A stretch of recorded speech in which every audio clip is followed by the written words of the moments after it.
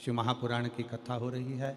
इस पवित्र क्षेत्र में माघ का कुंभ का नज़ारा भगवान शिव की कृपा से आप अवश्य दर्शन। भगवान शंकर को जैसे ही एक लोटा जल चढ़ाते हो, भगवान शंकर से जैसे विनय करते हो, भगवान शंकर से जैसे ही निवेदन करते हो, भगवान शंकर का पंचाक्षर मंत्र का जाप करते हो, जैसे ही नमः शिवाय कहते हो, जैसे ही षडाक्षर मंत्र ओम नमः शिवाय कहते हो, जैसे ही श्री शिवाय नमस्तुभ्यम कहते हो, वैसे ही शिव हमारे सम्मुख में आकर खड़े हो जाते हैं।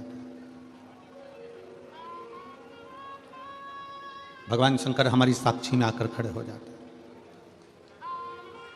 का विवेक बुद्धि स्थिर नहीं होती है ना, उसको एक लोटा जल, एक दुर्वा की जो डंडी है वो अशोक सुंदरी की ओर हो। थोड़ा ध्यान देना। कई लोग कहते हैं कि मेरे पति की बुद्धि स्थिर नहीं रहती, कोई कहता मेरी पत्नी की बुद्धि स्थिर नहीं रहती, कोई कहता बेटा की बुद्धि स्थिर नहीं है, कोई कहता बेटी की बुद्धि स्थिर नहीं है। कई डॉक्टर कह देते हैं कि इसको मिर्गी का दौरा आने लगा या इसको ये दौरा आने लगा।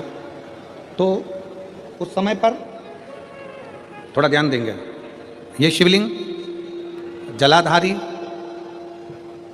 ये जल बहने का स्थान, गणेश कार्तिकेय, बीच में अशोक सुंदरी, ये पार्वती जी का हस्तकमल, ये शिवलिंग शंकर भगवान का प्रतीक। ऊपर से जो एक एक बूंद पानी गिर रहा है, शंकर जी की 5 बेटियां जया, विषहरा, शामली बारी, दौतली और देव, ये ऊपर से जल गिराते। एक बेलपत्र डंडी का मुख अशोक सुंदरी की ओर, एक दुर्वा डंडी का मुख अशोक सुंदरी की ओर, और जल चढ़ाने का स्थान 3। पहला, शिवलिंग का जल अगर इधर बह रहा है तो इधर खड़े होकर, दूसरा जल उसी पानी का एक ही लोटा, थोड़ा सा जल इधर से, थोड़ा इधर से खड़े होकर, थोड़ा इधर से खड़े होकर, कर्ण घंटेश्वर महादेव जो कि काशी में विराजते हैं, कर्ण घंटेश्वर महादेव के नाम से 3 स्थान से जल चढ़ाया जाए। और वो जल का आचमन, जिसका मस्तिष्क काम ना करता हो, दिमाग काम ना करता हो, स्थिर ना रहता हो, मिर्गी के भी अगर दौरे आते हों तो उस जल का भाग उसको अवश्य दीजिए। धीरे धीरे उसकी बुद्धि और विवेक काम करना बंद चालू करेगा। और साथ में जो मिर्गी के दौरे आ रहे हैं, वो मिर्गी के दौरे भी, इसका एक प्रमाण ध्यान से सुनेंगे। शंकर का शिवलिंग जलाधारी, जल बहने का स्थान, एक बेलपत्री जिसका डंडी का मुख जलधार बहने वाले स्थान पर हो, एक दुर्वा जिसका डंडी का भाग जल बहने वाले स्थान पर हो, कर्ण घंटेश्वर भगवान जो काशी में विराजते हैं। पहला जल जहाँ जल बहता है उसकी साक्षी में, दूसरा और तीसरा, 3 स्थान पर खड़े होकर कर्ण घंटेश्वर महादेव के नाम से अगर जल चढ़ाकर उस जल का आचमन, जिसका विवेक काम नहीं कर रहा है, कोई बच्चा मानसिक विकलांग है, बुद्धि काम नहीं कर रही है, डॉक्टर ने कह दिया ये कोमा में चला गया है, वेंटिलेटर पर पड़ा हुआ है और विवेक काम नहीं कर रहा है, तो डॉक्टर का इलाज तो करवाओ, क्योंकि डॉक्टर शंकर का एक रूप है। जो दवाई दे वो भी खिलाओ, पर साथ में कर्ण घंटेश्वर का जल भी, उसका नाम लेकर चढ़ाकर वो जल भी अगर उसको आचमन कराया जाएगा तो जल्दी से जल्दी विवेक काम करना प्रारंभ करेगा। और अगर मिर्गी का दौरा आ रहा होगा तो वो मिर्गी का दौरा धीरे धीरे बंद होता चलेगा। जम के बोलो एक बार, कौन से महादेव? कर्ण घंटेश्वर महादेव, काशी में विराज। कभी बद्रीनाथ जी का दर्शन करने जाना तो घंटा कर्ण बद्रीनाथ जी के पास में विराज है। मुक्त होने का सबसे सुंदर तरीका है भगवान की भक्ति। भूख, भोजन और भय, ये तीनों भगवान की भक्ति से चले गए। भय चले गया ना तो जीवन का सब कुछ। मुझे विश्वास है आप सूर्य को अर्घ देना प्रारंभ करिए। अपने शरीर से, मस्तिष्क से तांबे का पात्र 8 इंच की दूरी पर रखकर सूर्य नारायण को उस जल में से देखो, जो जल नीचे आप सूर्य को चढ़ा रहे हो, उस जल में से देखते हुए सूर्य को अर्घ देना प्रारंभ करिए। और धीरे धीरे, अगर बीमारी है तो बिल्कुल स्लो एकदम धीरे धीरे उस पानी को छोड़िए। और पानी को छोड़ने के बाद आप बाबा का केवल सूर्य की आराधना, सूर्य को जल देना प्रारंभ कर दीजिए। 15 से 20 दिन कर देखो, धीरे धीरे शुगर और बीपी लेवल में आना प्रारंभ हो जाएगी। अर्घ तो दो, 15 दिन, 20 दिन, 1 महीना, 2 महीना तुम्हें लगे किसी और वाला हमारा झूठ बोल रहा है, मत देना। तुम्हारे हाथ में ही तो लोटा है पानी का। भगवान ने आपको और हमको जन्म दे दिया, शरीर कैसा देना था ये उसको मालूम, हमारे पूर्व का कैसा कर्म था उसके अनुसार हमारा शरीर मिला। आपको और हमको जो शरीर मिला ये हमारे पूर्व के कर्म के अनुसार। आप सुंदर बनकर जन्मे, भगवान की कृपा है। आपके हाथ भगवान ने दिया, भगवान की कृपा है। आपके पांव भगवान ने दिया, भगवान की कृपा है। नेत्र दिए, भगवान की कृपा है। जिह्वा दी, वाणी दी, भगवान की कृपा है। श्रवण शक्ति दी, भगवान की कृपा है। बुद्धि दी, भगवान की कृपा है।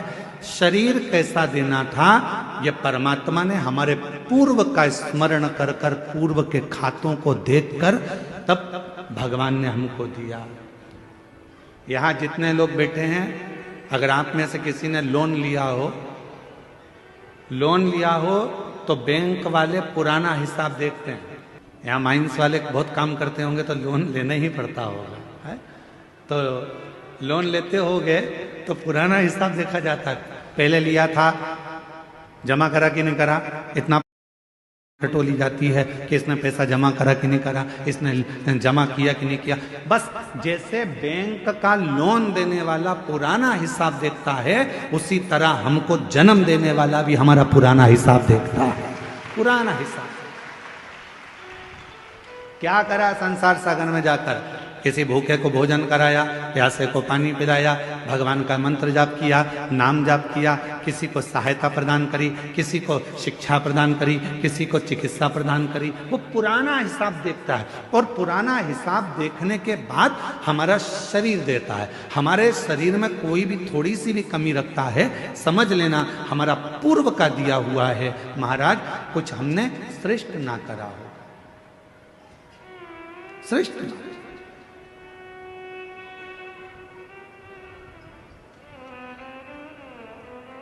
धृतराष्ट्र नेत्र नहीं है। एक बार भगवान द्वारकानाथ से धृतराष्ट्र ने पूछ लिया, क्या बता सकते हो कि मेरे नेत्र क्यों नहीं है? मैं इतना सुंदर जन्मा, मैं इतने बड़े राज्य का राजा बना, मैं इतना बड़ा नरेश बना, मैं इस हस्तिनापुर का राज सिंहासन संभाल रहा हूं और मेरे नेत्र नहीं है। आप बता सकते हो कि मेरी किस्मत ऐसी क्यों लिखी? भगवान द्वारकानाथ ने कहा, पूर्व जन्म में तुम एक सुंदर राजकुमार थे, एक हंस को देख लिया था, उस हंसनी को पकड़ने के चक्कर में वो तुम्हारे हाथ ना आई तो उसके साथ में जितने भी लोग बच्चे थे उन सब के नेत्र तुमने हर लिए थे, इसलिए तुम्हारे नेत्रों को हरा गया। पूर्व का करना। कोई पिछले जन्म के अच्छे कर्म मुझे बाबा दे, पूर्व का हमारा कोई अच्छा पुण्य होगा, अच्छे हाथ पैर दे दिए। पूर्व का हमारा कोई पुण्य होगा, बोलने के लिए वाणी दे दी। पूर्व का अच्छा पुण्य होगा, देखने के लिए नेत्र दे दिए महाराज। और भगवान ने सब कुछ दिया, पूर्व का पुण्य। और फिर याद रखो, हमारे और आपके पिछले जन्म का कोई अच्छा कर्म होगा जो शिव महापुराण की कथा कच्चे गांव में दे दी, ये पुण्य है।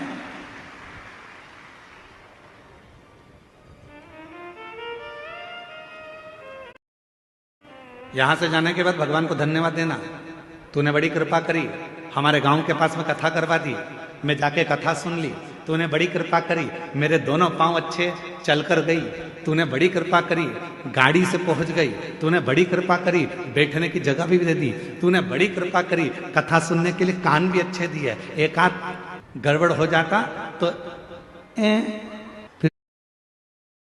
उसने शरीर दिया कितना अच्छा, उसको साध होता। उसने जन्म दिया अच्छे घर में, अच्छे परिवार में, अच्छे कुल में, ये उसकी कृपा। जब जिंदगी में थोड़ी सी भी तकलीफ हो, थोड़ा सा भी कष्ट हो, थोड़ी सी भी अगर दुख हो, तो शिव जी को जल चढ़ाओ, बेलपत्र चढ़ाओ। और कोई मन में अगर दुख है तो नंदी के पास 2 क्षण बैठकर अपने मन की बात नंदी से जरूर कहो। क्यों?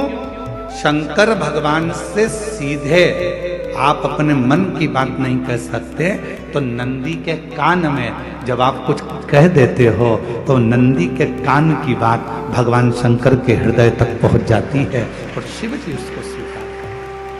क्यों भटकना? कई लोग कह देते हैं हमने पशुपति व्रत करा, भगवान हमारी नहीं सुन रहा, हम रोज 1 लोटा जल चढ़ाने जाते हैं, भगवान हमारी नहीं सुन। क्यों नहीं सुन रहा? उसका कारण है तुम्हारा 1 लोटा पूरा नहीं चढ़ रहा है, तुम आधा अधूरा चढ़ा कर आ रही हो। मतलब तुम अभी भी नहीं जानी हो कि शंकर के अंदर ही पार्वती है, शिव के भीतर ही गणेश है, शिव के भीतर ही कार्तिकेय हैं, शिव के भीतर ही 33 कोटि देवता हैं, शिव के भीतर ही नारायण है, शिव के भीतर ही राम है, शिव के भीतर ही कृष्ण है, शिव के भीतर ही शक्ति है, शिव के भीतर ही सारे देवता विराजमान हैं। शंकर को जिसने भज लिया सारे देव अपने आप भजे जाते हैं। शिव को जिसने जान लिया वो सबको जान जाता है। शिव को गुरुजी हम रोज मंदिर जाते हैं, हम 1 लोटा जल चढ़ाते हैं। हाँ हम मानते हैं कि तुम 1 लोटा जल चढ़ाती होगी, पर हम ये नहीं मानते कि तुम पूरा चढ़ाती होगी। शिव जी को पूर्ण विश्वास चाहिए। शंकर भगवान को आधा चावल का दाना नहीं चढ़ता, आखा चावल का दाना चढ़ता है जिसको अक्षत कहा जाता है। चावल को चावल कहा जाता है, पकने के बाद भात कहा जाता है। और जब हम पूर्ण 1 चावल का दाना यदि शिव जी को समर्पित करते हैं तो उसको अक्षत पूर्ण कहा जाता है। अक्षत पूर्ण। आज की कथा में से यह बात सबको पहुंचाना है कि 1 लोटा जल अगर चढ़ाना है तो शिव को चढ़ाना है। पार्वती मैया बैठी है मंदिर के अंदर, आपको उनको नहीं चढ़ाना। गणेश जी बैठे हैं मंदिर के अंदर, आपको उनको नहीं चढ़ाना। कार्तिकेय बैठे हैं मंदिर के अंदर, आपको उनको नहीं चढ़ाना। आपको तो केवल शिवलिंग पर जल चढ़ाओ, सारे देवताओं को अपने आप प्राप्त हो जाए। अब हम क्या कर रहे हैं? इधर भी चढ़ाने जा रहे हैं, उधर भी चढ़ाने जा रहे हैं, उधर भी चढ़ाने जा रहे हैं। वही 1 लोटा जल है, यहाँ से चालू हुए सारे मोहल्ले में चढ़ा दिया, फिर शिव जी के पास चढ़ा दिया। स्वीकृत नहीं। ये सुंदर बात है महाराज। सूर्य नारायण भगवान को जब जल चढ़ाया जाता है, को जल चढ़ाते समय और न चांदी का, न स्टील का, न लोहे का, न प्लास्टिक का, न कांच का, न सोने का कोई बर्तन, न कांसे का, न एल्युमिनियम का, न पीतल का, केवल एक पात्र होना चाहिए, वो है तांबे का। काय का पात्र होना चाहिए? तांबे का पात्र। और सूर्य नारायण भगवान को जब 8 इंच ऊपर तुम्हारा हस्त है और जब हम सूर्य को जल चढ़ा रहे हैं, कैसे जल चढ़ाना है वो भी समझ लीजिए। अगर कोई कैंसर का मरीज है, जिसके चेस्ट में कैंसर आ गया हो, लेफ्ट में, राइट में कहीं पर कैंसर आ गया हो, या कोई गठान आ गई हो, तो महाराज आप जल चढ़ाते समय उस जल की धार को सूर्य भगवान को जब चढ़ा रहे हो तो धार आपकी गठान की ओर जाना चाहिए, जिससे सूर्य की किरण उस जल में से आपके उस स्थान पर पड़े, उस जगह पर पड़े जहां पर गठान है। महाराज आप लगातार जल तो चढ़ाना चालू करो, अच्छे अच्छे डॉक्टर फेल हो जाएंगे और कह देंगे गठान ठीक हो गई। आपका लीवर और किडनी गड़बड़ कर रहा है, आप प्रतिदिन आपका स्वास्थ्य गड़बड़ रहता है, आप प्रतिदिन ये ज्योतिष शास्त्र के अंतर्गत, रत्न शास्त्र के अंतर्गत, ये रत्न शास्त्र, ज्योतिष शास्त्र, रंग शास्त्र जो हमारे यहाँ है, रंगों के हिसाब से ये जितने रत्न होते हैं, माणिक हुआ, मोती हुआ, नीलम हुआ, मूंगा हुआ, पुखराज हुआ, ये क्यों कहते हैं ये पीला है, ये सफेद है, ये नीला है, ये लाल है, इसको शरीर में क्यों पहनाते हैं? उसका कारण होता है कि जब शरीर में पहनते हैं सूर्य की किरण उसमें पड़ती है, हमारे शरीर पर वो कलर का इफेक्ट पड़ता है, उस कलर को शरीर पर लगता है, और शरीर पर लगता है तो हमारा शरीर धीरे धीरे, हमारी जो इंद्रियां हैं वो सही होने लगती हैं, काम सही होने लगता है। 5 स्थान बताए हैं, 2-5 मिनट में भी आपका ध्यान कितना केंद्रित होना चाहिए वो स्थान बताए, कितना केंद्रित होना चाहिए। पहला, जिस समय पर तुम्हें समय मिले, तुमको लगे कि अब मेरे को भगवान को दीप लगाना, दिया लगाना, 5 स्थान पर तुम्हारे ध्यान की केंद्रता होना चाहिए। पहले नंबर पर दीप लगाते समय, जिस समय पर भगवान को आप लोग दीपक लगाते हैं, दिया लगाते हैं, किसी से चर्चा मत करो, फालतू की कोई बात नहीं होना चाहिए। दीप लगाना मतलब ज्योति को उत्पन्न करना, और ज्योति को उत्पन्न करना मतलब ज्योतिर्लिंग को प्रकट करना।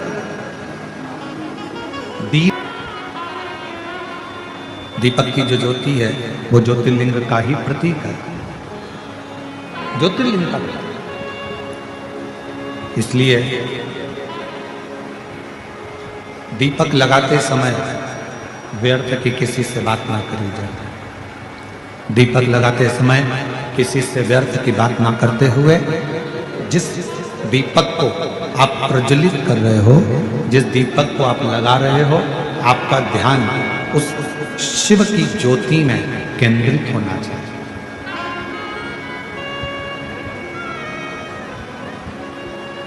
भगवान शंकर की ज्योति में आपका ध्यान केंद्रित, और शिव की ज्योति में जब आपका ध्यान केंद्रित होगा, भगवान शंकर की ज्योति में जब आपका ध्यान केंद्रित होगा, तब आप स्वयं भगवान शिव का साक्षीकरण 2 क्षण में करो। तो दीप जलाते समय चाहे मंदिर में दीपक लगाओ, चाहे घर के अंदर मंदिर में दीपक लगाओ, चाहे बेलपत्र के वृक्ष के नीचे दीपक लगाओ, चाहे आंवले के वृक्ष के नीचे दीपक लगाओ, चाहे आप घर के दरवाजे पर दीपक लगाओ। दीपक लगाते समय तुम्हारा ध्यान केंद्रित दीप में जो ज्योति है, ज्योति में जो शिवलिंग है, ज्योतिर्लिंग है, उस ज्योति का दर्शन करते समय अपने ध्यान को केंद्रित। दूसरा, भगवान शंकर को, सूर्य नारायण भगवान को, तुलसा महारानी को, बेलपत्र को, आंवले के वृक्ष को, पीपल के वृक्ष को, बट वृक्ष को, शमी वृक्ष को जब आप जल चढ़ाएं, तो जल चढ़ाते समय भी व्यर्थ की बातें ना करते हुए, जल चढ़ाते समय जल की जो धार है उस धार पर अपना ध्यान केंद्रित होना चाहिए। उस प्रेशर बढ़ाओ, प्रेशर, उस धार पर आपका जल की जो धार हो, उस धार पर आपका ध्यान केंद्रित। दीपक की ज्योति पर आपका ध्यान केंद्रित हो, जल की धार पर आपका ध्यान केंद्रित हो। तीसरे नंबर पर कहा गया, तीसरा स्थान जो कहा गया, जब भगवान शंकर के मंदिर में, देवता के मंदिर में, देवालय में, शिवालय में जब आप भगवान को प्रणाम करने के लिए, नमन करने के लिए नीचे झुके हो, उस समय पर आपका ध्यान भगवान के चरणारविंद में केंद्रित होना चाहिए। ये तीसरे नंबर का स्थान है। ज्योति, ज्योति, जलधार, चरणारविंद को नमन करना तीसरा। और चौथा स्थान बताया,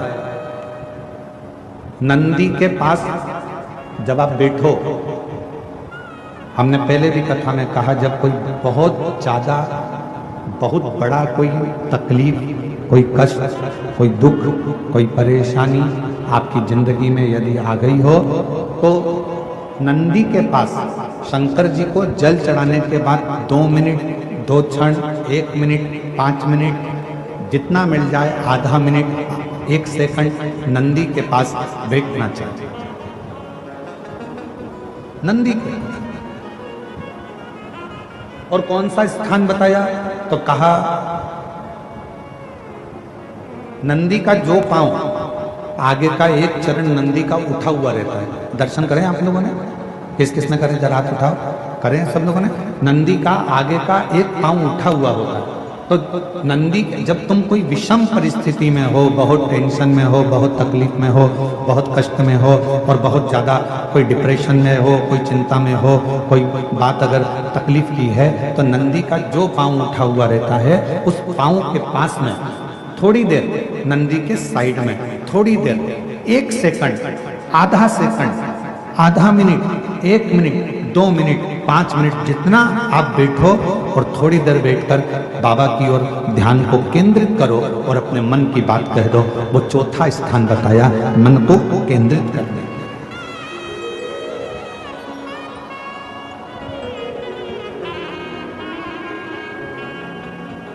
पांचवा स्थान, जब सही मार्ग नहीं मिल रहा हो,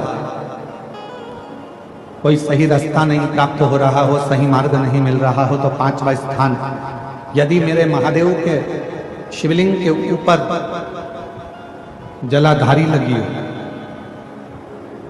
तो मंदिर में गए, शिवालय में गए और भगवान शंकर के शिवलिंग के ऊपर यदि जलाधारी लगी हो, तो जब आप भगवान शंकर के मंदिर से बाहर निकल रहे हो, तो बाहर निकलते समय अगर आपको दरवाजे पर खड़े होकर जलाधारी का यदि दर्शन हो जाए, तो 2 क्षण के लिए उसका दर्शन भी केंद्रित कर सकते हो। ये 5 स्थान ऐसे हैं जिन स्थान पर अपने भगवान के चरणारविंद को, भगवान के दर्शन को केंद्रित किया है।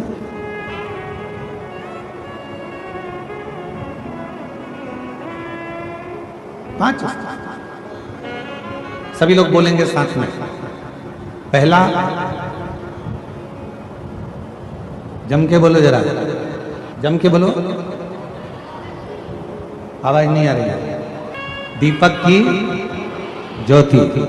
दूसरा, जम के बोलो जरा, जल की धार। तीसरा, चरणों को प्रणाम करना।